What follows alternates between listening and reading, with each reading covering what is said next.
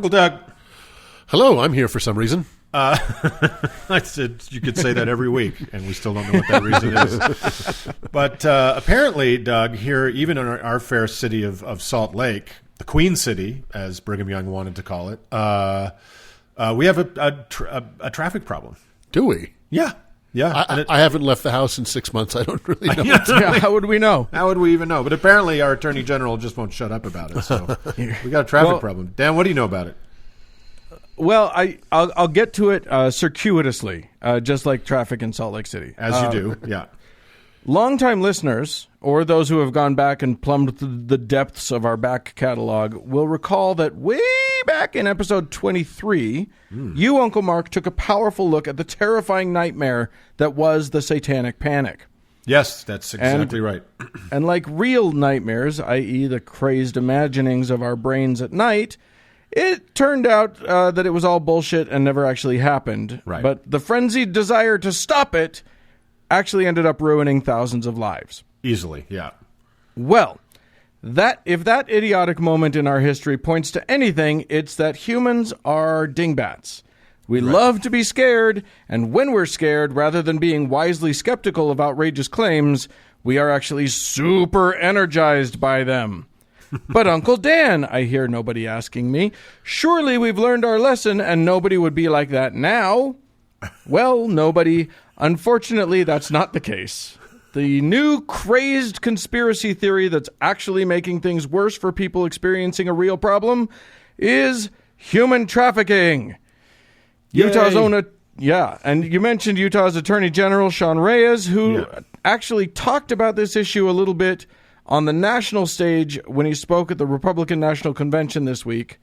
I don't know if you guys caught that. Not worth looking up. But here's the thing. I couldn't hear him over Kimberly Guilfoyle screaming. So. Yeah, right. And I didn't have my anything TV after on, that. and I could hear her.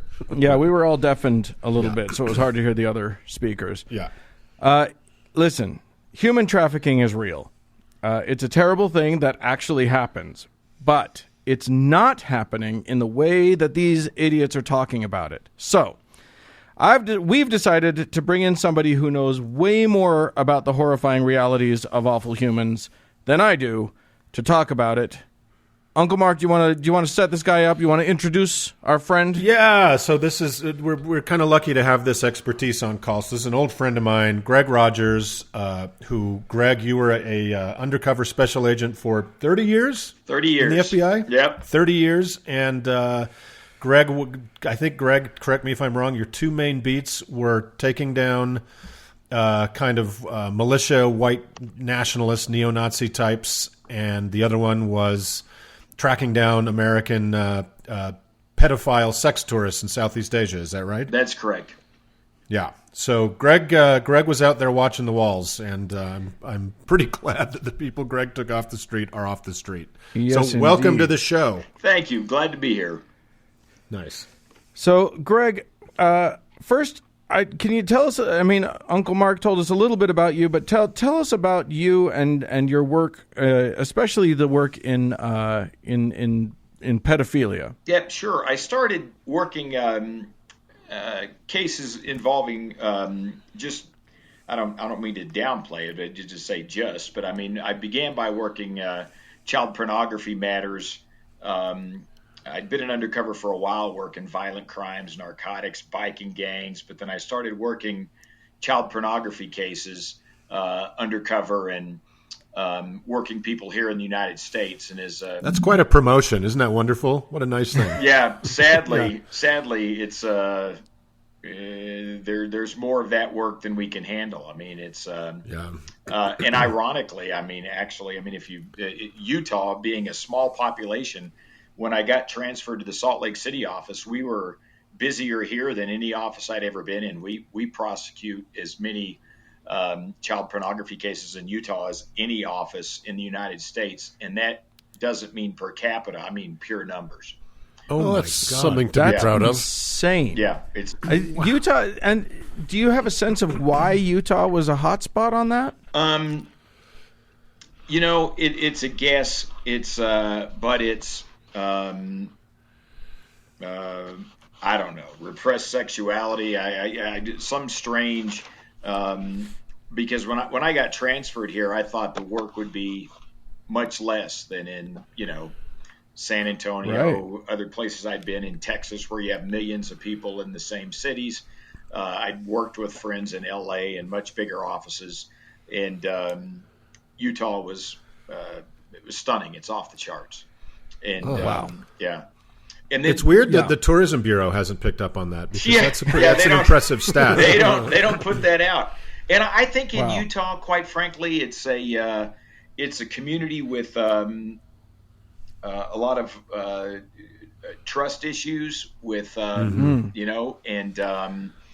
I worked a ton of cases, and I'm not trying to be negative about any particular church, but I mean, I worked a lot of cases where people were in leadership positions in the Mormon church, and they were trusted. So you're on a safe podcast venue to say that. I think okay, fine. Okay, yeah. It's, but and we'll get back. Sorry, we'll get back to the idea of like churches and how all that happens. But I do want to talk about your time overseas, because you spent a bunch of time going to different countries and going after Americans who were going there specifically to do something awful. Yeah, I got recruited with really there were just 5 of us that got recruited to start going to Southeast Asia, and just to track child sex tourists, because we passed one of the odd times that the government actually does something really well. They passed a child sex tourism statute, the Protection Act, in like 2003, and all we needed to do to arrest Americans that were traveling overseas was to prove that they traveled to have sex with minors. So our job was to go over there. We'd go over for 2 weeks, a month. Sometimes we were in Cambodia, Vietnam, Thailand, the Philippines, Indonesia. We would be invited by these countries to come and find out where the Americans were going, where they were meeting the minors, how this was all set up. So we just go over there and be undercover as pedophiles, hanging out with those guys.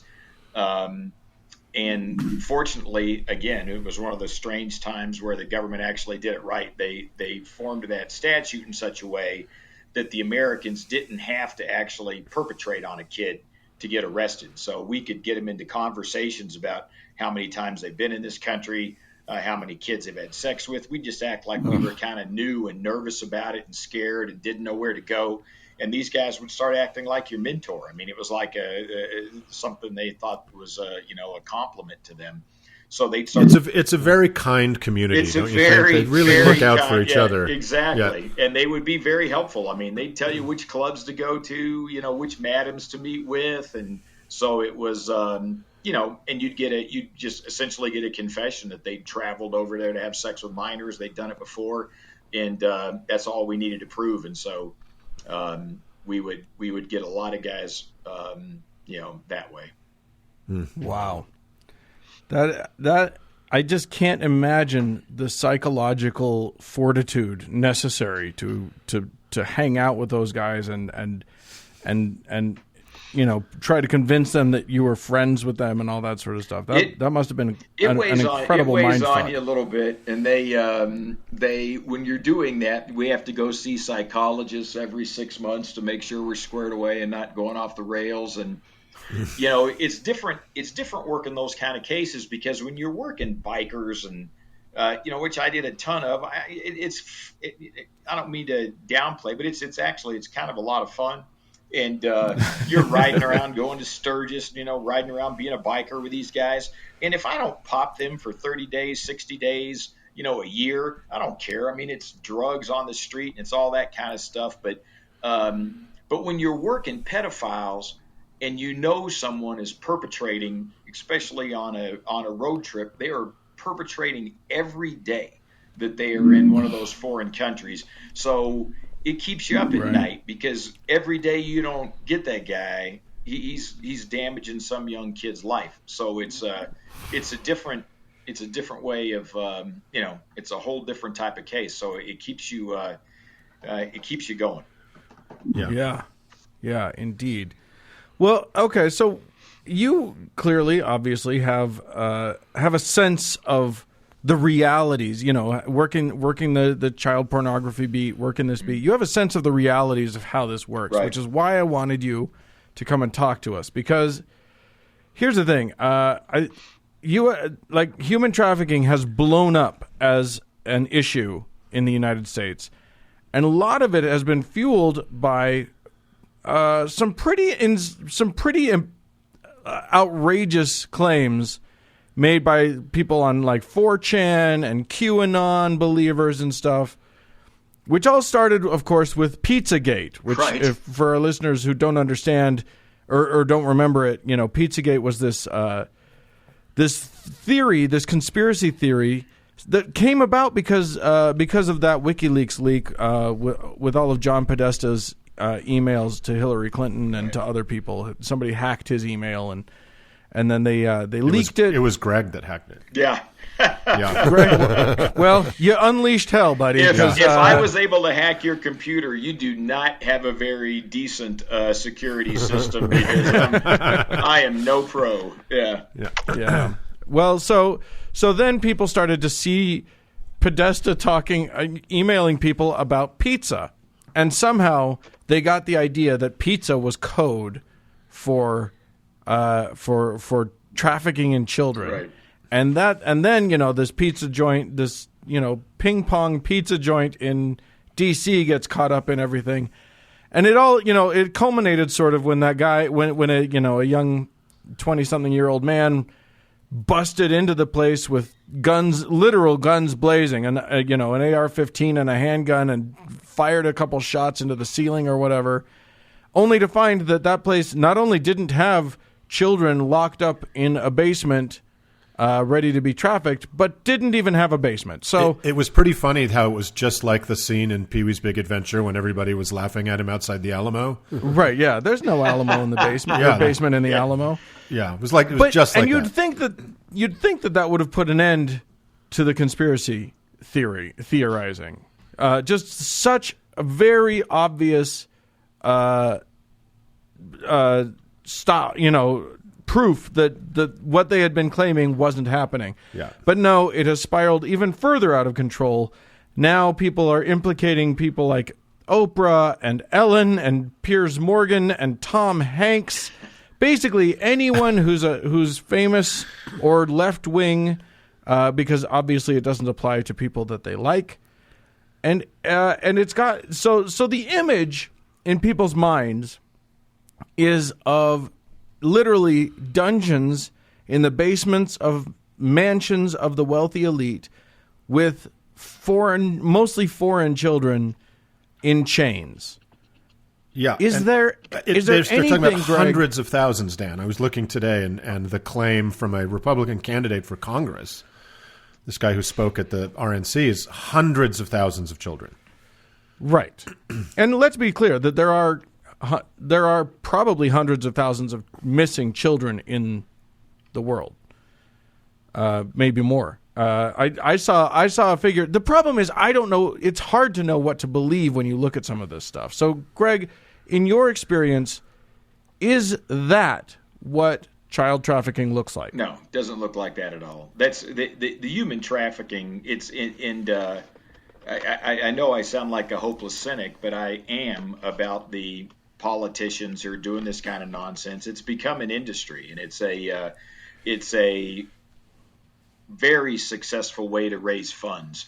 And you can. To be clear, you're saying that talking about Yes. human trafficking is an industry, Yes. not the actual trafficking of humans. No. The human trafficking it's horrific, and I've seen real human trafficking too many times. But it's when I hear politicians here in the States making nonsensical claims like that, it's maddening because it denigrates the actual problem, and it also, but they're very successful in using those arguments, not even real arguments, just statements to raise tons of money, as evidenced by our Attorney General here, who you referenced his speech where he called himself a warrior because of his warrior heritage, which I'm not sure what that was. I was a little nervous he was going to start doing some kind of haka dance or something there and rapping, but thankfully he didn't. But it was it's nonsense. But he raises an immense amount of money, talking about human trafficking all the time when he knows nothing about it. Well, you say he knows nothing about it, but I do want to talk to you about this. He actually went on an operation with Operation Underground Railroad into Colombia himself, posing as a security guard for this group of fake guys who were claiming they were gonna invest in a thing, and he claims that they actually foiled an underground. A ring of traffickers. So, what are your thoughts about groups like Operation Underground Railroad, Operation which Underground is making Railroad a lot of money is right a now? very successful money-raising venture. They've done the Ballard, who started Operation Underground Railroad, is an ego run amok that knows he should know better. He was a federal agent for a short amount of time before he left the Department of Homeland Security and started Operation Underground Railroad. We do not work with them. The FBI wouldn't work with them because I actually set them up at a meeting in Thailand to meet with our assistant legal attaché there. They came over babbling about having Navy SEALs and wanted to drop into the country armed and hitting places that they believed, and I mean, you had to have basic conversations with them like, in Thailand, you're not cops. You're not even cops in the States. You can't drop into a foreign country with weapons and start raiding brothels. It's you end up in a Thai jail if you do that, right. And we won't do anything for you if that happens. So, but that's what they were promising. That's how they started raising money, right? That they were literally going to be this kind of SEAL Team 6 that was going to go rescue children. Yeah, they've changed their website a lot. It used to have a bunch of people who were purportedly former SEALs, and they called themselves jump teams going into these foreign countries, which is it's just crazy. And it's but they've raised a ton of money. They've got their CrossFit gyms, and in Huntsman's campaign, you had Ballard, is one of the guys in the Trib supporting Huntsman. So it's that would be John Huntsman, who was a former Utah governor and was running to be governor again. Yeah, who's considered the sane one, right? And, right. What's amazing is that this Tim Ballard, of Operation Underground Railroad, has done such an effective job of marketing or of messaging, right? That he's perceived as a hero. Oh, and it's all predicated on this big macho commando sort of idea. But is that the best way to fight human trafficking? No, and it's a great way to get yourself in a Thai or a Cambodian jail. I mean, it's or a graveyard. Yeah. I mean, it's a nonsensical way to approach the problem, because even as FBI agents, we are cops. But when we go into a foreign country to assist with arresting U.S. citizens that are traveling, we have to be invited in by that foreign country. We're not, we're federal agents here. We're tourists in Cambodia, Thailand, any place else. Right. We have to be invited in by the country. There's all sorts of stuff that has to go on with our ambassador and their people, and they know what we're doing. We cooperate with their national police when we're there. We work together, and there's a whole lot that goes into making that happen.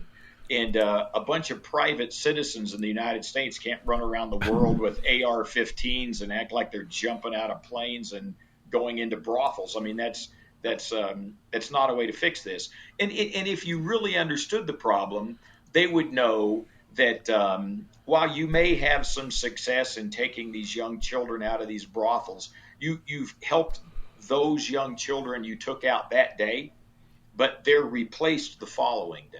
So you did nothing to solve the larger problem. So we've talked about what isn't happening, which is, all of these elite rings of people chaining people up and, kidnapping and chaining kids up. Right. I want to a little bit about what actually is happening and what is a problem and what we should be looking for. It's interesting because around the world, I mean, the worst things that you've heard about are happening. There are in Southeast Asia, there are brothels I could go into any day of the week. They're in parts of the cities in Bangkok, Pattaya, Phnom Penh, where you go in and there are adults that are dancing on the floor, but if you know the right madam to talk to, you can get directed to where you can find whatever age you're interested in. And so that's clearly going on, and it's horrific. There are, in other countries, there's all sorts of human trafficking that has to do with forced labor. So these things are prominent in different parts of the world. But those things aren't happening here. There are clearly here, there are circumstances where, for instance, MS-13, Central American gang that's become very active in the United States, does take young ladies and force them into prostitution to make money. That's human trafficking. So that happens here. That's going on in major cities. And so I don't want to say it's not going on here, but it's not going on here like it's going on in different parts of the world in any way. I mean, nothing to even closely approximate it. Well, so one of the things that I've read about that I know that is happening and that is what we should be concerned about in the United States and other parts of the world is one of the definitions, one of the things that is defined as human trafficking is anytime a child, someone underage, is forced or coerced or defrauded into any form of commercial sex act. Right. That's considered human trafficking. Right. And the thing is that does happen here. Yes, it does. But it's not rings of elite organizations that are doing it. It's their family members. No, sadly, I was going to say it's absolutely most often family members, and that happens on. You can get on any number of encrypted sites if you have passcodes to get on, where they're full of movies of young children who are being molested in every hideous way you can imagine. And the vast majority of those movies were made by family members with their either their own children or nieces and nephews. And then they trade those movies. Most often,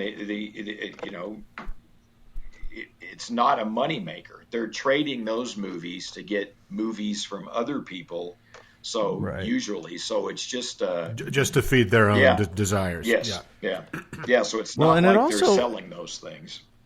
And also, you alluded to this before, but there are a few actual major organizations that participate in this, but they're usually called things like the Catholic Church. Right. Yeah. Jesus, yeah.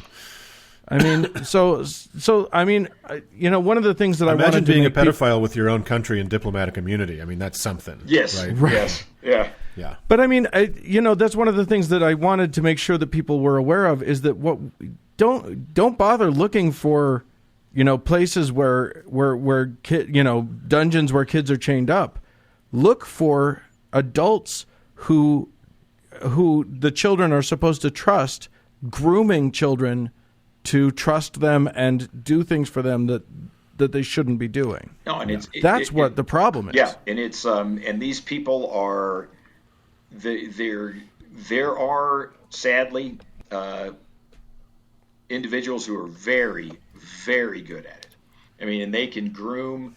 I don't know how many parents I've interviewed whose children have been abused by school teachers, church leaders, and they just can't believe it happened. But when you're talking to the parent, you'll be like, you let this guy, like a third grade school teacher, you let this guy take your boy on camping trips by himself. You let him spend the night at his house. You let him go over there to do gaming.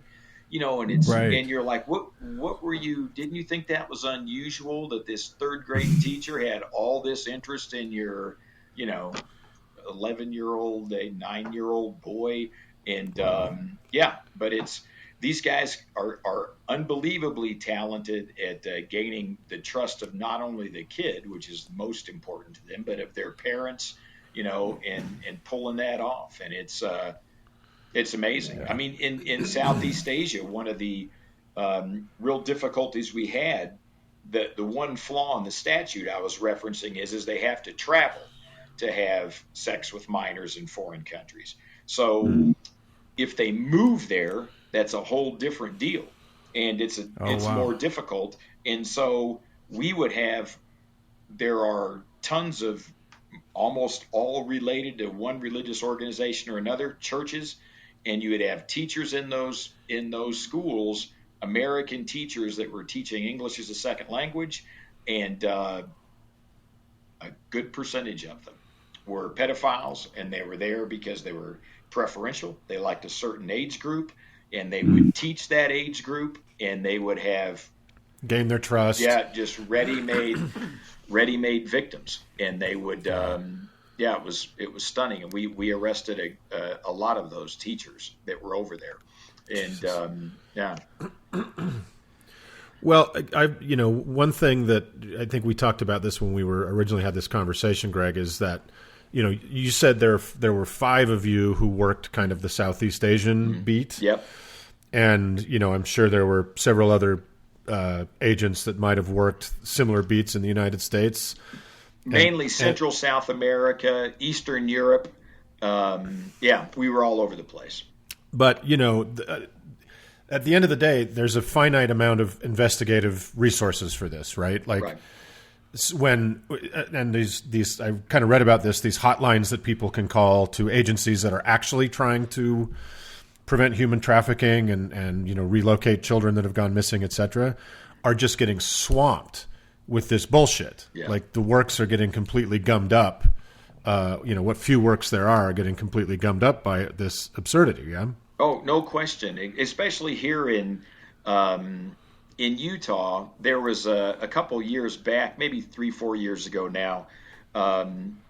Everybody was convinced that every single massage parlor in town that had an Asian name was a place where human trafficking was taking place. They were absolutely convinced that everybody that was working in there was here and somehow had their identifications taken from them, and they were being forced to give these massages. And so there were tons of calls about that, and people, and it just wasn't the case. And I'm not in any way saying that the people that worked in some of those places were treated fairly and kindly. I mean, it's not true, but it wasn't. That doesn't make it human trafficking. Right. Well, Greg, thank you so much for coming on. I mean, more than anything, what I wanted to do was just sort of maybe try and pour some cool water on the flames that are being fanned right now, and just get the word out that while there are real problems surrounding this, it's not what people are getting excited about right now, and maybe we should be a little more circumspect when it comes to our zeal. Yeah. To always consider people. The source of the information. That's good for any topic. Right. Yeah. And if I could just real quick, for people that are really interested in this, and again, please understand, I'm not a huge fan usually of most of what the federal government does, because we can confuse things and make it very complicated. But the State Department does put out what they call the Trafficking in Persons Report every year. And for those who are interested, you should read it, because it goes through horrific things that are happening in different countries, how they look at those things, which countries are on lists. And it lays it out pretty well year after year about where the real issues are. And you'll see that there is, because I don't want to at all sound like I'm downplaying human trafficking. It's a horrible problem in our world. It's right. not going on in the United States the way it's portrayed by a current crop of politicians. Well, thanks so much for coming on and depressing us all and making us all feel horrible. We genuinely appreciate it. Oh, I'm very thankful I could do that for you.